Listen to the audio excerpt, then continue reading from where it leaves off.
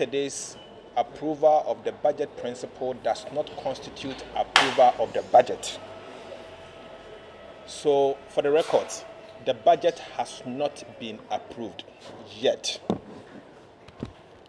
There are processes, approval processes. First, there is the need for Parliament to debate the principles of the budget and consider approval. Subsequently, Parliament, after debating, voted on the principles and got it approved.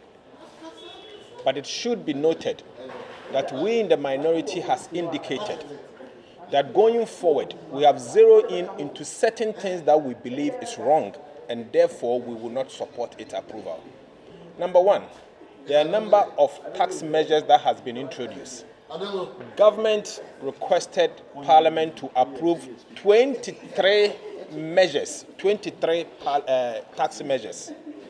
We have noticed that out of the 23 measures, 2 of them are measures that we cannot support. The first one has to do with the VAT, value added tax, and the second one has to do with the VAT, the e-levy exemptions, threshold exemptions. First, on the VAT, our position is clear. We in the minority, particularly the NDs, we are a Social Democratic Party. We believe in taxation. We believe particularly in progressive taxes. But obviously, in as much as we are the ones that introduced VAT first in this republic, we think that, one, this is not the time to increase VAT. At a time that inflation has imposed inflation tax on certain goods and services, to the extent that prices of goods and services has sometimes doubled, in some cases tripled, we believe that this is not the time to introduce VAT. So we are asking the government to hold on to that policy until the future. When there is stability, you can introduce VAT.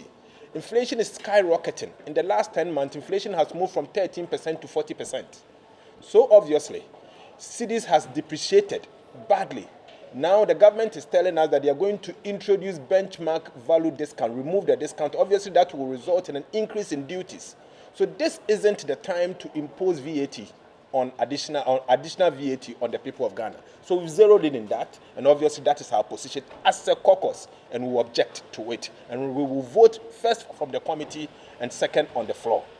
We have also said that, in the government's own words, they indicated to us during the e-levy debate that poor people will not be made to pay e-levy, obviously because their income is not good enough.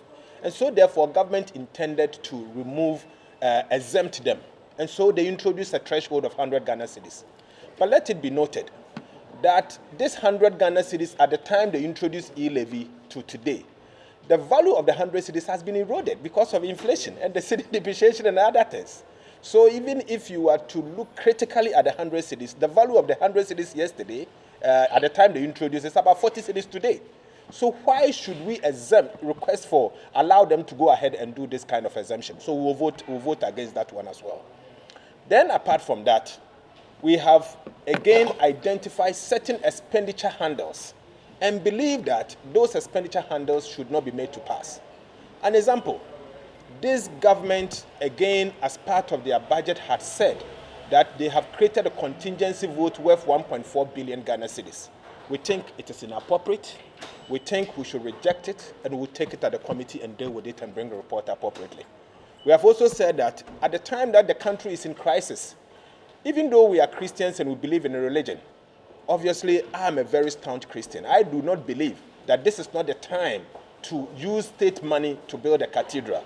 In fact, the Catholic Bishop Conference, the president of Catholic Bishop Conference has said that the National Cathedral is a misplaced priority. And so therefore, we cannot support the building of cathedral at this point. And so the expenditure in that must also be removed. So we have a number of things that we've said we are going to oppose. Then the almighty debt restructuring. Unfortunately, it's not before Parliament. The government is trying to bypass Parliament, and we will insist that this is brought to us for us to scrutinize it. We are the people's representative and not any other people, and so we should have a voice in approving this so-called debt restructuring or debt exchange, they call it. We are waiting for that. So please, we can assure you that the budget process is not yet complete. Our position is that the bills that will come to Finance Committee and obviously to Parliament will go through proper scrutiny. Then the estimate that needs to be approved, we will also look at it and where possible exert our authority on those ones as well. So the budget process is not approved. We are yet to approve the appropriations bill. We are yet to approve the estimate for the ministries, departments and agencies. We are yet to look at the finance and fiscal bills that will be brought before us. So let no one, for the record, let no one create an impression that the budget has been approved. What was done yesterday was the principles of the budget. Obviously, a budget will have both sides, good side and a bad side. We cannot reject the entire principles because there are certain things that you can say, obviously, is good. There are things like people's salary. Are you telling us in difficult times like this that obviously people are struggling to survive? You are going to ensure that they are not going to get their wages and salaries. I think that will not be right on our part, and there's the need for us to do what is right.